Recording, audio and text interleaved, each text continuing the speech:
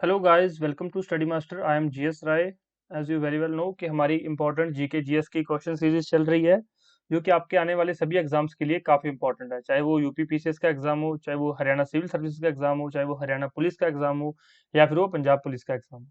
इसमें क्या रहता है कि जितने भी ये क्वेश्चंस हैं, ये आपको डिफरेंट जीके के एग्जाम्स में, जिसमें जीएस जीके पूछा जाता है, उसमें आपको ये सारे क्वेश्चंस काम आएंगे। काफी क्वेश्चंस, इंपॉर्टेंट क्वेश्चंस लेकर आता हूँ। डेली आपको 25 क्वेश्चंस यहाँ पर करवाए जा रहे हैं। आकर देखा करो वीडियोस को, और पसंद आए तो लाइक कर दिया करो, शेयर कर दिया करो। चलिए शुरू करते हैं। अगर फर्स्ट टाइम है चैनल पर, चैनल को सब्सक्राइब कर लो, साथ में बेल आइकन जरूर दबा लेना। बेल आइकन दबाओगे तभी आपको वीडियो का नोटिफिकेशन मिलेगा। चलिए देखिए, यहाँ पर फर्स्ट क्वेश्चन आपकी स्क्रीन पर आ चुका है। कौन सा पिटक नैतिक आचार संहिता के बारे में बताता है? Which Pitaka tells about the ethical code of conduct? Option देखिए, अभिधम पिटक, विनय पिटक, सूत पिटक, या फिर इनमें से कोई नहीं। तो एथिकल कोड ऑफ कंडक्ट के बारे में किसमें लिखा हुआ है? विनय पिटक के बारे में। सही उत्तर क्या है? विनय पिटक। विनय पिटक नैतिक आचार संहिता के बारे में है। इसमें मुख्यतः कानून था। इसमें संघ, भिक्षुओं और भिक्षुणियों के लिए नियम दिए गए हैं। नेक्स्ट क्वेश्चन देखिए, बौद्ध धर्म की शिक्षाओं के बारे में कौन सा ग्रंथ बताता है? बौद्ध धर्म की शिक्षाओं के बारे में कौन सा ग्रंथ बताता है? अभिधम पिटक, विनय पिटक, सूत पिटक, या फिर बी और सी? तो देखिए, यहाँ पर बौद्ध धर्म की शिक्षाओं के बारे में किसमें लिखा हुआ है? सूत पिटक में लिखा हुआ है। तो त्रिपिटक यहाँ पर कौन सा है?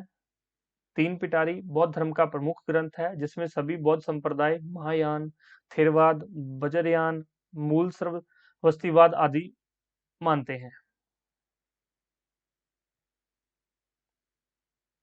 तो यहाँ पर त्रिपिटक के बारे में भी याद रखना। और सूत पिटक के अंदर शिक्षाओं के बारे में बताता है।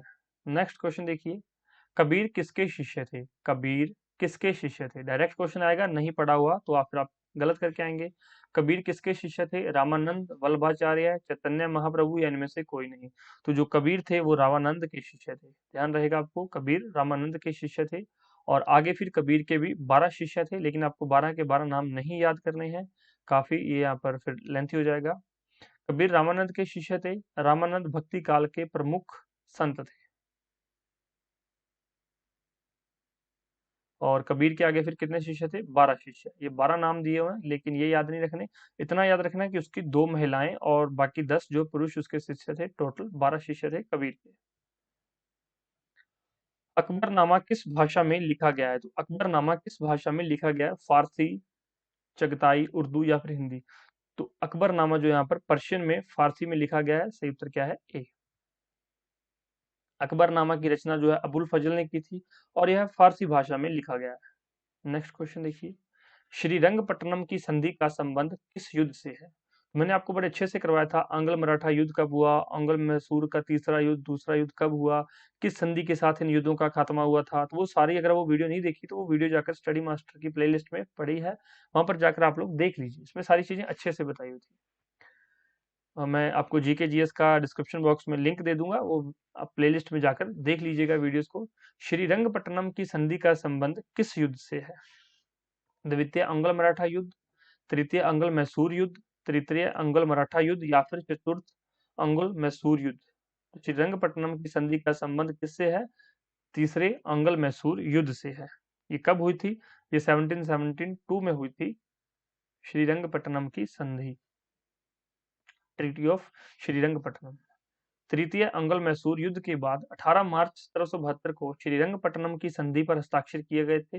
इस संधि पर ब्रिटिश ईस्ट इंडिया कंपनी की ओर से लॉर्ड कॉर्नवालिस और हैदराबाद के निजाम का प्रतिनिधि, मराठा साम्राज्य के प्रतिनिधि और मैसूर शासक टीपू सुल्तान ने भी हस्ताक्षर किए थे। कब हुई थी ये? 1772 में। ये भी क्वेश्चन पूछा गया है। नेक्स्ट क्वेश्चन देखो यहाँ पर, पूना समझौते के संदर्भ में कौन सा कथन असत्य है? अगर आपने पूना पैक्ट के बारे में पढ़ा हो, पूना समझौते के बारे में थोड़ा सा भी पढ़ा हो, तो सिंपल सा बच्चों को पता है कि पूना समझौता किन दो लोगों के बीच में हुआ था। पता होगा आपको, गांधी जी और अंबेडकर के बीच में हुआ था। तो यहाँ पर क्या पूछा गया? असत्य कथन पूछा गया। तो यह समझौता जवाहरलाल नेहरू और अंबेडकर के बीच में हुआ था। तो ये यहाँ पर गलत है, क्योंकि ये असत्य कथन है। क्योंकि हमें पता है पूना समझौता किसके बीच में हुआ था? जो यहाँ पर गांधी जी और अंबेडकर के बीच में हुआ था, जवाहरलाल नेहरू के बीच में नहीं। तो हमारा आंसर क्या है? ए। चलिए आप ये बताइए कि पूना पैक्ट कब हुआ, पूना समझौता कब हुआ था? कमेंट बॉक्स में अपना आंसर जरूर बताएं। बाकी यहाँ पर देख लीजिए सही ऑप्शंस कौन कौन से हैं। इसके तहत वंचित वर्ग ने संयुक्त मतदाता समूह में रहने का फैसला किया था, बिल्कुल ठीक है। जो डिप्राइव्ड क्लासेस थी उन्होंने क्या किया था कि संयुक्त मतदाता समूह में हम लोग रहेंगे। प्रांतीय विधान पालिकाओं में वंचित वर्ग को सीटें आरक्षित की गई थी, बिल्कुल की गई थी प्रोविंशियल लेजिस्लेचर में। इसके द्वारा सिविल सेवाओं में वंचित वर्ग को समुचित प्रतिनिधित्व प्रदान किया गया था। तो सिविल सर्विसेज के अंदर डिप्राइव्ड क्लासेस को प्रॉपर रिप्रेजेंटेशन देने की बात कही गई थी। तो उपरोक्त में से पहला कथन असत्य है। असत्य क्यों है? क्योंकि पूना समझौता महात्मा गांधी और भीमराव अंबेडकर के बीच में हुआ। आपके लिए क्वेश्चन है कि पूना समझौता कब हुआ था, डेट बताइए। महाद सत्याग्रह का नेतृत्व किसने किया था? महाद सत्याग्रह का नेतृत्व किसने किया था?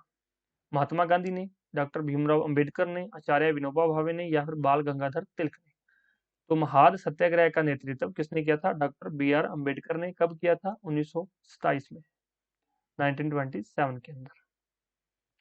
महाद सत्याग्रह का नेतृत्व डॉक्टर भीमराव अंबेडकर ने 20 मार्च 1927 को किया था। बस ये 1927 याद रख लीजिए। यह सत्याग्रह महाराष्ट्र के रायगढ़ जिले में महाद नामक स्थान पर किया गया था। तो क्वेश्चन कई बार क्या आता है कि महाद सत्याग्रह किस जिले से संबंधित है? तो भैया महाराष्ट्र से संबंधित है, महाद महाराष्ट्र। नेक्स्ट क्वेश्चन देखो, स्वर्ण सिंह समिति ने किसकी सलाह दी थी? स्वर्ण सिंह समिति ने किसकी सलाह दी थी? राज्य स्तरीय चुनाव आयोगों का संविधान, पंचायती राज में सुधार, भारतीय संविधान में मौलिक कर्तव्यों को शामिल करना, हिमालय और प्रायद्वीपीय नदियों को अतिक्रिया करना। तो इसमें क्या है? भारतीय संविधान में मौलिक कर्तव्यों को शामिल करने के बारे में सरदार स्वर्ण सिंह ने बताया था।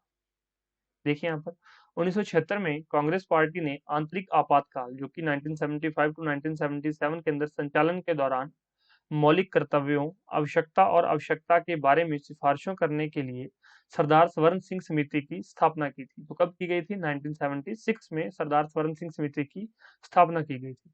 इसने जोर दिया कि नागरिकों को सचेत होना चाहिए कि अधिकारों के अलावा जो हमारे पास फंडामेंटल राइट्स हैं, तो अधिकारों के अलावा उनके पास कुछ कर्तव्य भी हैं, कुछ ड्यूटीज भी रहेंगी। केंद्र सरकार ने इन सिफारिशों को स्वीकार कर लिया और 1976 में 42वें संविधान संशोधन अधिनियम को अधिनियमित किया। इस संशोधन ने संविधान में भाग 4A का नया हिस्सा जोड़ा था। तो उसमें काफी क्वेश्चन बनते हैं। पहला तो 42वां संविधान संशोधन कब हुआ था? 1976 में।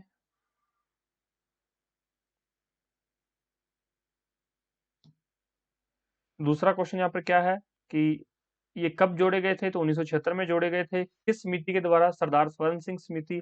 और इस समिति की स्थापना कब की गई थी? वो भी 1976 में की गई थी। तो काफी क्वेश्चन इस तरह से बनते हैं। तो ये क्वेश्चन आप लोगों को काफी इंपॉर्टेंट है, याद रखिएगा। लोकसभा की सर्वाधिक सीटें अनुसूचित जनजाति को किस प्रदेश में आरक्षित हैं? मध्य प्रदेश, राजस्थान, आंध्र प्रदेश या फिर गुजरात? तो लोकसभा की सर्वाधिक सीटें जो है अनुसूचित जनजाति के लिए मध्य प्रदेश में आवंटित की गई हैं। में से कि 6 अनुसूचित जनजाति के लिए हैं। टोटल 29 लोकसभा सीट हैं और 6 अनुसूचित जनजाति के लिए हैं। विश्व का सर्वाधिक प्रति व्यक्ति कार्बन डाइऑक्साइड उत्सर्जक देश कौन सा है? विश्व का सर्वाधिक प्रति व्यक्ति मतलब world highest per capita emitter of carbon dioxide देश कौन सा है? कतर, संयुक्त राज्य अमेरिका, चीन या फिर भारत? तो आप शायद अगर आपने नहीं पढ़ा हुआ तो आप भारत भी टिक करके आ सकते हैं, लेकिन इसका सही उत्तर क्या है? कतर। देखिए यहाँ पर प्रति व्यक्ति कार्बन उत्सर्जन की बात की जा रही है तो कतर। अगर ओवरऑल कार्बन डाइऑक्साइड के बारे में बात करें कि कौन सबसे ज्यादा कार्बन उत्सर्जित करता है, तो वो चीन है। ओवरऑल चीन, प्रति व्यक्ति कतर। ये यहाँ पर लिखा हुआ आप लोग पढ़ सकते हैं। निम्नलिखित में से कौन सी ग्रीन हाउस गैस नहीं है? निम्नलिखित में से कौन सी ग्रीन हाउस गैस नहीं है? Methane, nitrous oxide, sulphur hexafluoride या फिर कार्बन मोनोऑक्साइड? तो देखिए कार्बन मोनोऑक्साइड एक पोल्यूशन करने वाली गैस है, लेकिन ये ग्रीन हाउस गैस नहीं है, कार्बन मोनोऑक्साइड।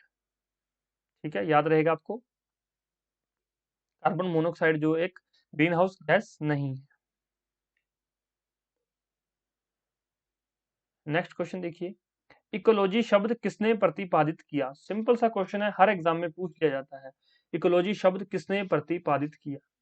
एक और डाउट था बच्चों का, स्टूडेंट्स का एक डाउट था कि सर आप लोग ये जो क्वेश्चंस करवा रहे हो, ये पेपर में आ भी सकते हैं, नहीं भी आ सकते। तो मैंने उनको बताया था कि ये बच्चों पेपर में आ भी सकते हैं, नहीं भी आ सकते। लेकिन क्या होता है, अगर बात करें स्टेट पीसीएस की, तो ए, बी, सी, डी, चार यहाँ पर आपके जो रहते हैं, सेट रहते हैं। तो इन चारों में से क्या क्वेश्चंस आगे पीछे किए होते हैं। लेकिन अगर कोई स्टेट लेवल का एग्जाम रहता है, तो स्टेट लेवल के एग्जाम्स में काफी मतलब कि नंबर ऑफ सेट्स बनाए जाते हैं, क्योंकि स्टेट लेवल में काफी क्वेश्चंस होते हैं और काफी सेट्स बनाए जाते हैं। तो अगर एग्जाम मतलब आपका पालियों में हो रहा है कि फर्स्ट शिफ्ट में हो रहा है, सेकंड शिफ्ट, थर्ड शिफ्ट, जब शिफ्ट्स में होता है पेपर, तो क्वेश्चंस बहुत सारे होते हैं। तो तब ये क्वेश्चंस आपको डायरेक्ट भी मिल जाते हैं, वहां पर इनडायरेक्ट भी मिल जाते हैं। तो इसलिए ये सारे क्वेश्चंस आपके लिए काफी इंपॉर्टेंट है। कई बार सिंपल क्वेश्चन भी आपको मिल सकता है, कई बार हार्ड क्वेश्चन वहां पर जो है टफ क्वेश्चन भी आपको मिल सकता है। तो इसलिए क्वेश्चन प्रैक्टिस करना बहुत जरूरी है, और ये क्वेश्चन आपको डायरेक्ट इनडायरेक्ट एग्जाम में जरूर मिलेंगे। इकोलॉजी शब्द किसने प्रतिपादित किया? चार्ल्स डार्विन ने, रॉबर्ट विटेकर ने, आर्थर टांसले ने, या फिर अनरेस्ट हैकल ने? किसने किया था इकोलॉजी शब्द का यूज सबसे पहले? किसने किया था? अनरेस्ट हैकल ने। कब किया था? 1866। इकोटोन में जो प्रजातियां प्रचुर मात्रा में पाई जाती हैं, क्या कहलाती हैं? एज प्रजातियां, कीस्टोन प्रजातियां, एंडेमिक प्रजातियां, या फिर फोस्टर प्रजातियां? तो भाई इकोटोन के अंदर जो प्रजातियां पाई जाती हैं वो क्या कहलाई जाती हैं? एज स्पीसीज, एज प्रजातियां। अब इकोटोन होता क्या है? दो बायोम के मध्य का संक्रमणकालीन क्षेत्र को क्या कहते हैं? इकोटोन। अब दो बायोम्स हैं, अब आपको बायोम नहीं पता होगा। तो देखिए स्टूडेंट्स, ये इन्वायरमेंट एंड इकोलॉजी की कंप्लीट क्लासेस दी गई हैं, आप लोग यूट्यूब पर वो देख सकते हैं। मैंने आपको सारी चीजें अच्छे से करवाई हुई हैं, तो आप लोग वो देख लिया करो। अभी मैं सारी चीजें आपको इसमें तो नहीं करवा सकता। यहाँ पर सिर्फ हम लोग क्या करते हैं, क्वेश्चन प्रैक्टिस करने आते हैं। तो क्वेश्चन प्रैक्टिस, अगर आपको ये क्वेश्चन सीरीज पसंद आ रही है तो इसके साथ क्वेश्चन प्रैक्टिस करते रहिए। बाकी चीजें पढ़ने के लिए हमारी प्लेलिस्ट है, वहां पर प्लेलिस्ट के अंदर जाइए, प्लेलिस्ट सेक्शन में सारी चीजें आपको मिल जाएंगी। बस थोड़ा ढूंढना पड़ेगा, ढूंढ लीजिए चीजों को, या फिर डिस्क्रिप्शन बॉक्स चेक कर लिया करो, वहां पर चीजें दी गई होती हैं। इकोटोन में प्रचुर मात्रा में पाई जाने वाली प्रजातियां एज प्रजातियां कहलाती हैं। नेक्स्ट क्वेश्चन देखिए, भारतीय संगीत में अभंग किस देवता के भजन हैं? भारतीय संगीत में अभंग किस देवता के भजन हैं? जगन्नाथ, नारायण, विट्ठल, या वामन? सही उत्तर क्या है? विट्ठल। अभंग जो है विट्ठल भगवान के भजन है, और प्रथम अभंग संत तुकाराम ने गाया था। नेक्स्ट क्वेश्चन देखो यहाँ पर, भारतीय मूल के निम्नलिखित किस व्यक्ति का नाम यरूशलेम में भारतीय धर्मशाला से जुड़ा हुआ है? Name of which of the following person of Indian origin is associated with Indian Dharamshala in Jerusalem? Option देखिए, शेख मोहम्मद मुनीर हसन अंसारी, सालेह वाहिद, मोहिउद्दीन सईद करमुद्दीन, और मोहन जशन मली। तो सही उत्तर क्या है यहाँ पर? शेख मोहम्मद मुनीर हसन अंसारी। सही उत्तर क्या है? ए। नेक्स्ट क्वेश्चन देखो, नृत्य रूप लटापद किस नृत्य से संबंधित है? जो नृत्य डांस फॉर्म लतापद, लतापद किस नृत्य से संबंधित है? Related to which dance? Kuchipudi, Kathak, Bharatanatyam, या फिर ओडिसी? यहाँ पर देख लीजिए, भरतनाट्यम है, यहाँ पर ये थोड़ी सी मिस्टेक हो गई है, टाइपिंग मिस्टेक है। भरतनाट्यम है तो सही कर लीजिए यहाँ पर। तो जो रूप लटपद है, लटापद है, ये किस से संबंधित है? तो यहाँ पर भरतनाट्यम से संबंधित है, सी इसका सही उत्तर है। प्राचीन भीमा देवी मंदिर किस प्रदेश में है? प्राचीन भीमा देवी मंदिर किस प्रदेश में है? पंजाब, हरियाणा, उत्तर प्रदेश, या बिहार? तो भाई प्राचीन जो भीमा देवी मंदिर है कहाँ पर है? हरियाणा के अंदर है। हरियाणा में कहाँ पर है? पंचकुला में।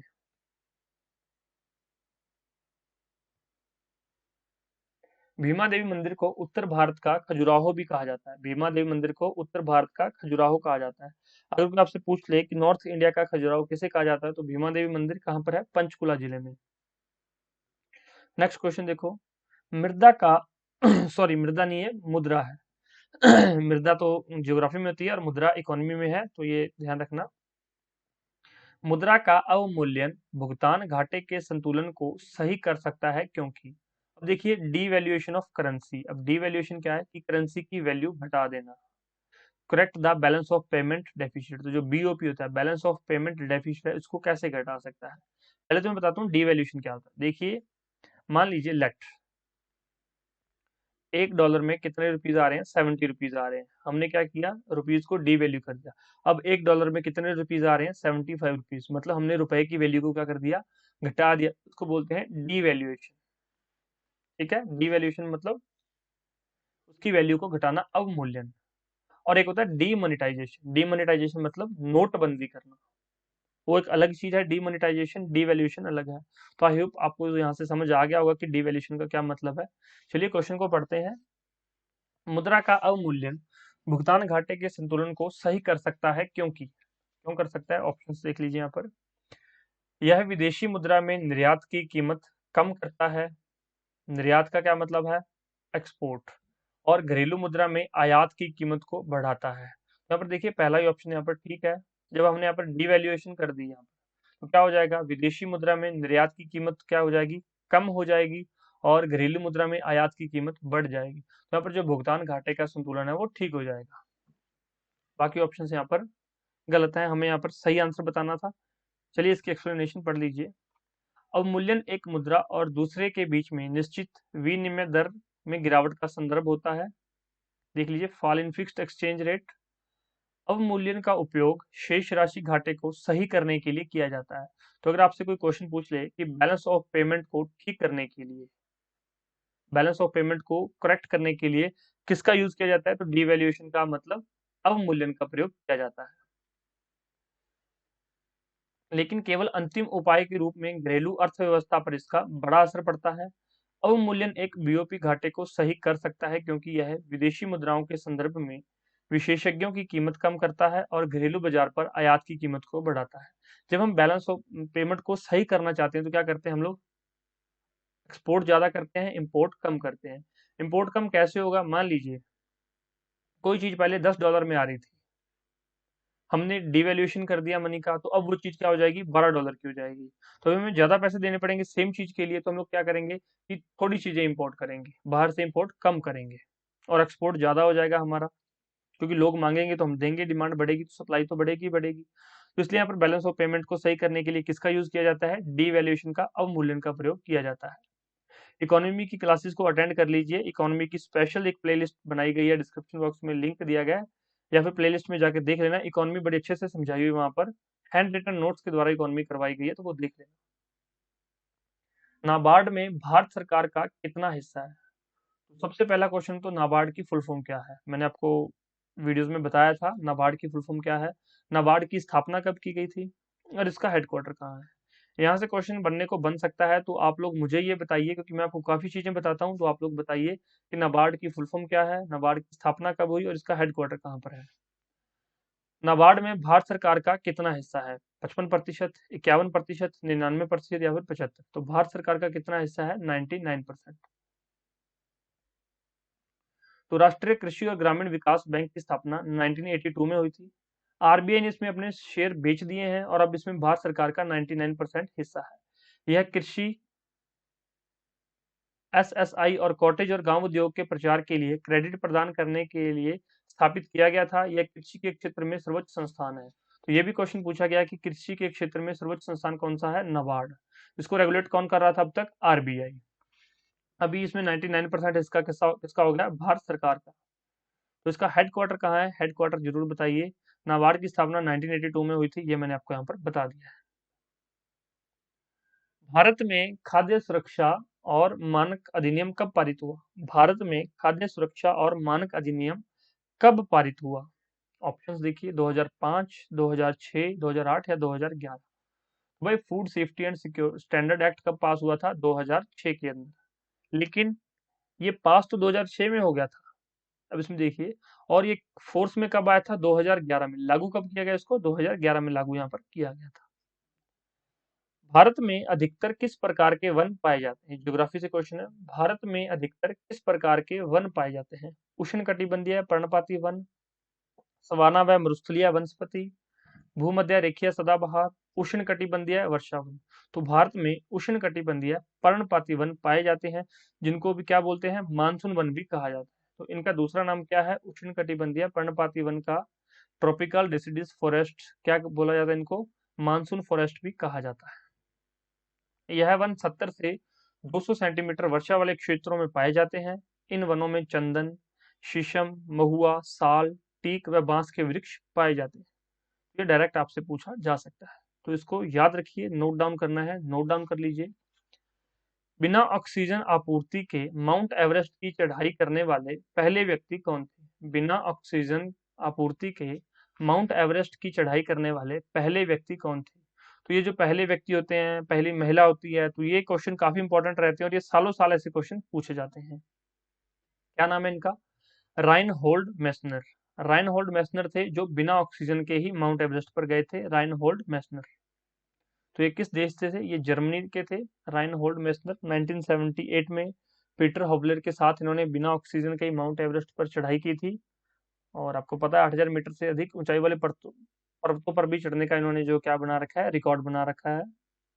नेक्स्ट क्वेश्चन देखिए, भारत भूमध्य रेखा के उत्तर में किस अक्षांश के बीच में स्थित है? 8 डिग्री 4 मिनट, 37 डिग्री 6 मिनट, या फिर 7 डिग्री 4 मिनट से 39 डिग्री 6 मिनट। यहाँ पर देखिए पहले ही आंसर आपका ठीक है। भारत भूमध्य रेखा के उत्तर में किस अक्षांश के बीच में स्थित है? तो 8 डिग्री 4 मिनट से लेकर 37 डिग्री 6 मिनट के बीच में है। ज्योग्राफी का पहली या दूसरी लाइन, जब आप ज्योग्राफी पढ़ते हो तो पहली या दूसरी लाइन यही लिखी होती है कि भारत जो है भूमध्य रेखा के उत्तर में 8 डिग्री 4 मिनट से लेकर 37 डिग्री 6 मिनट और 68 डिग्री 7 मिनट से लेकर 25 डिग्री पूर्वी देशांतर पर स्थित है। तो भारत की स्थिति वहां पर आपको बताई गई है। तो ये क्वेश्चंस आपके जो एग्जाम्स में बड़ी फ्रिक्वेंटली पूछा जाता है, तो इसको याद कर लीजिए। इसको तो बस कैसे भी कीजिए, इसको याद रखिए। काचिन पहाड़ियां, काचिन हिल्स भारत की किस देश के साथ सीमा का निर्माण करती हैं? काचिन हिल्स किस देश के साथ सीमा का निर्माण करती हैं? भूटान, म्यांमार, नेपाल, चीन। देखिए भाई, काचिन पहाड़ियां कहाँ पर है? म्यांमार और भारत के बीच में कौन सी पहाड़ियां हैं? काचिन पहाड़ियां। और ये पहाड़ियां जो अरुणाचल प्रदेश के साथ लगती हैं। निम्नलिखित में से कौन सा कथन गलत है? यहाँ पर एक कथन गलत दिया गया है, बाकी सारे कथन यहाँ पर ठीक है, तो वो बताइए कौन सा कथन गलत है। खासी और मिजो पहाड़ियां पटकाई श्रेणी का हिस्सा है। बिल्कुल ठीक है, जो खासी और मिजो पहाड़ियां हैं वो पटकाई श्रेणी का हिस्सा है। कई बार क्या होता है, स्टूडेंट्स को पता नहीं होता है, तो क्या किया करो, जो मैं बताता हूँ वो नोट डाउन कर लिया करो। ये ठीक ऑप्शन है तो आप इसको याद रखो, फिर भी कभी ये ऑप्शन डायरेक्ट इनडायरेक्ट एग्जाम में पूछा जा सकता है। तो खासी और मिजो पहाड़ियां पटकाई श्रेणी का हिस्सा है। जब आप ज्योग्राफी पढ़ रहे थे शायद आपने जो इसको मिस कर दिया, तो अब इसको नोट डाउन कर सकते हैं। दूसरा, फांगपुई मिजो हिल का सबसे ऊंचा स्थान है। तो जो फांगपुई है वो मिजो हिल का सबसे ऊंचा स्थान है, तो ये भी यहाँ पर ठीक है। नेक्स्ट जो है, खासी पहाड़ियों को स्थानीय भाषाओं में लुशाई पहाड़ियां कहा जाता है। खासी पहाड़ियों को स्थानीय भाषा में लुशाई कहा जाता है। तो ये खासी पहाड़ियों को नहीं कहा जाता है, तो किनको कहा जाता है? मिजो पहाड़ियों को स्थानीय भाषा में क्या कहा जाता है? लुशाई पहाड़ियां। तो हमारा यहाँ पर आंसर कौन सा गलत है? तो ये यहाँ पर गलत है, और ये तो फिर हो ही नहीं सकता। तो हमारा आंसर क्या है? C. Khasi hills are locally called Lushai, तो नहीं, खासी नहीं, यहाँ पर जो है मिजो हिल्स है। ठीक है, तो ये कथन यहाँ पर गलत है। ये यहाँ पर दिया गया है। मिजो पहाड़ियां मिजोरम और त्रिपुरा में स्थित हैं। यह समुद्र तल से 2157 मीटर की ऊंचाई पर स्थित है। तो ये थे 25 क्वेश्चंस। आपके कितने क्वेश्चंस ठीक हुए हैं मुझे अपने मार्क्स जरूर बताइए कमेंट बॉक्स में। Practice can make you succeed. Practice जरूर कीजिए। जिन्होंने अभी तक पुरानी वीडियोस नहीं देखी, डिस्क्रिप्शन बॉक्स में लिंक प्रोवाइड करवा देंगे आपको, वहां से जाके आप लोग जो है पुराने जितने भी जीके जीएस के क्वेश्चंस हैं वो नोट डाउन कर लीजिए, वो यहाँ पर पढ़ लीजिए, उनको देख लीजिए, उनका टेस्ट लगा लीजिए। इसके अलावा हमारे पास टेस्ट सीरीज अवेलेबल है हर एक एग्जाम्स के लिए, स्टडी मटेरियल अवेलेबल है, नोट्स अवेलेबल है। आप लोग कॉल करके, व्हाट्सएप करके, टेलीग्राम करके इस नंबर पर पता कर सकते हैं। आपके फीडबैक हमारे लिए बहुत जरूरी है। पीडीएफ के लिए आप हमारी official website download official website पर जा सकते हैं, या फिर हमारी ऑफिशियल एप्लीकेशन डाउनलोड कर सकते हैं। हमारा टेलीग्राम भी ज्वाइन कर सकते हैं। सभी लिंक्स आपको डिस्क्रिप्शन बॉक्स में मिलेंगे। आप कमेंट जरूर कीजिए, कोई सुझाव देना चाहें, वीडियो को लाइक कर दीजिए, शेयर कर दीजिए, सब्सक्राइब करके बेल आइकन दबा लीजिए। जब भी इसका नेक्स्ट पार्ट आएगा आपको उसका नोटिफिकेशन मिल जाएगा। Thank you so much, take care, bye bye, God bless you all. मिलते हैं नेक्स्ट लेक्चर में। धन्यवाद।